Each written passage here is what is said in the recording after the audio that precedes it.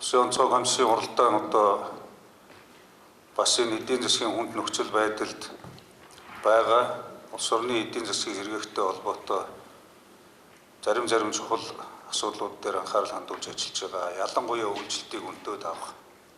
Энэ эдийн засаг асар хүнд байна. Дээрээс нь одоо үйлчлэлт хатуу хахир болох төлөвтэй байна. Ялангуяа Баруун Тавин аймаг, Говийн зарим аймагуудад, Хангаан зарим аймагуд, Сумдад эдийн засгийн хямралыг одоо даван туулах, бүх шатны уялдаа холбоог хангаж, дээрээс нь үйлчлэлтийн өндөд авах, даван туулах тал дээр байнга сануулж байгаа. Засгийн газар ерөнхий сайд үйлчлэлтийн бэлтгэл ажлыг хангах чухал ач холбогдол өгч байгаа.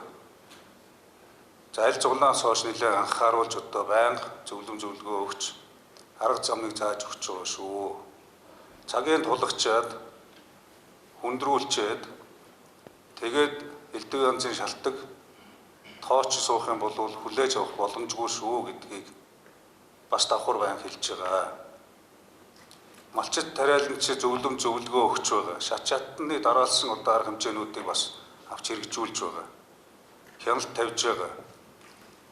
Улсын онцгой комиссоос эрсдлийн үнэлгээ хийх асуудлаар эрсдэлтэй аймаг орон нутгуудад очиж удаа эрсдлийн үнэлгээ хийсэн. Түүний дагуу авч хэрэгжүүлэх, түүний мөрөөр хэрэгжүүлэх асуудлуудаар сая бас одоо үүрэг даалгавар дээр дурдлаа. Ер нь хүн амыг мах гурилаар тасалдуулахгүй байх. Хүнсний бүтээгдэхүүнээр тасалдуулахгүй байх. Айл өрх аж ахуй нэгжүүдийг дулаан цахилгаан төрсний хангалт нийлүүлэлтийг одоо хэвээ хийх, шийдвэрлэх. Хүн малын голц халдварт өвчин тархалт даамжирлаас урьдчилан сэргийлэх.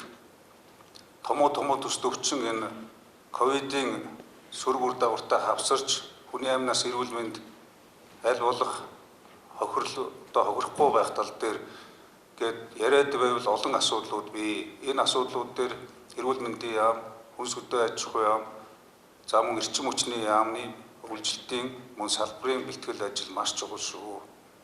Газар дээр нь бид нар хүртэл одоо очиж ажилласан. Тэгээд дараагийн удаа энэ асуудлыг дахиж бид одоо нэг бүрдсэн салбараар нь явж хүнс хөдөө аж ахуйн сайд, болорч чулуун, эрчим хүчний сайд, чойжил сүрэн, за холбогдох сайд нартай бид бас аймаг орон нутгаар ажилланаа.